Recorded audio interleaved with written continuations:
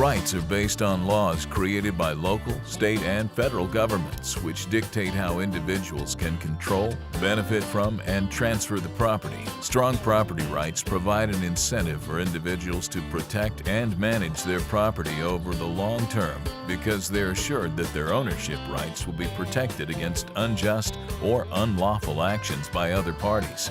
Property rights are defined as exclusive right to determine how a resource is used, exclusive right to services of a resource, and the right to exchange resources at mutually agreeable prices. The United States was established on the principle of an individual's right to own property.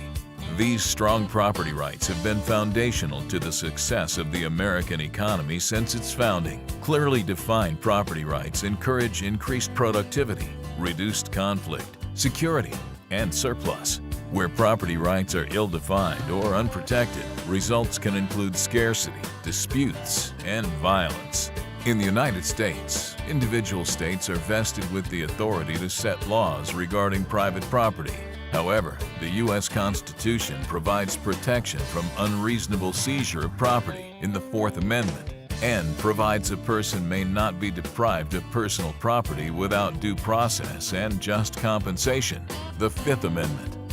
In the United States, the greatest threats to private property rights for forest landowners comes from federal, state, or local government regulatory actions that may result in seizure of property with compensation for a public purpose, or the restricting of certain activities, such as timber harvesting, that may diminish the value of property.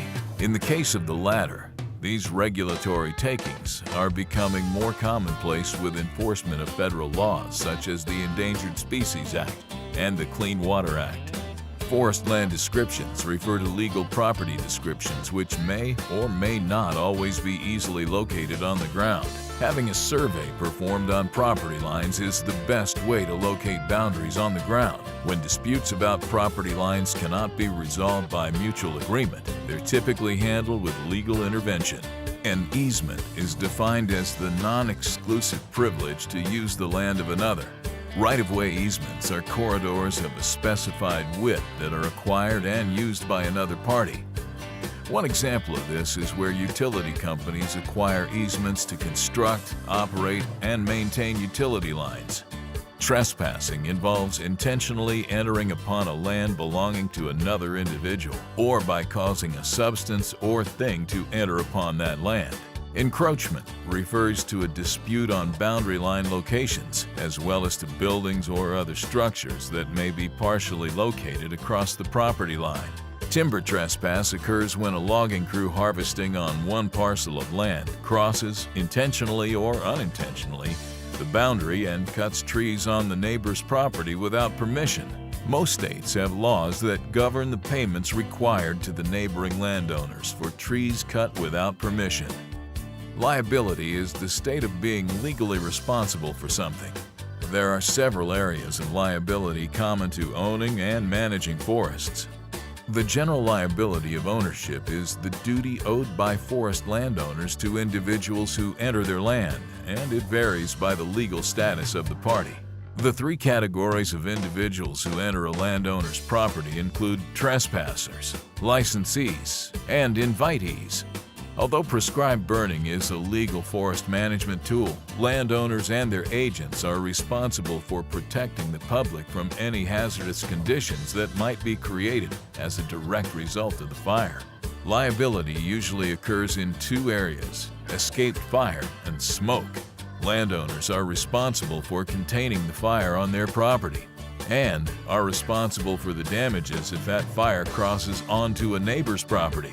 Smoke represents the greatest potential liability from prescribed burning. When smoke drifts onto roadways and reduces visibility for the driving public, accidents and injuries may occur. As a result, landowners must exercise great caution when burning to ensure conditions are appropriate to minimize the risk of smoke drifting onto roadways. Timber theft is the act of removing or damaging timber belonging to another. This can occur in a variety of ways, including cutting across property lines by mistake, outright theft of standing timber, misclassification of raw materials, and the rerouting of materials from the intended destination. Absentee owners or landowners who do not live on the property have a greater risk of timber theft since their visits to the property are often infrequent. Landowners may reduce the risk of timber theft by establishing and maintaining clearly visible boundary lines, enlisting neighbors or hunting club members to help monitor the property for any unpermitted activity, and inspecting the property periodically.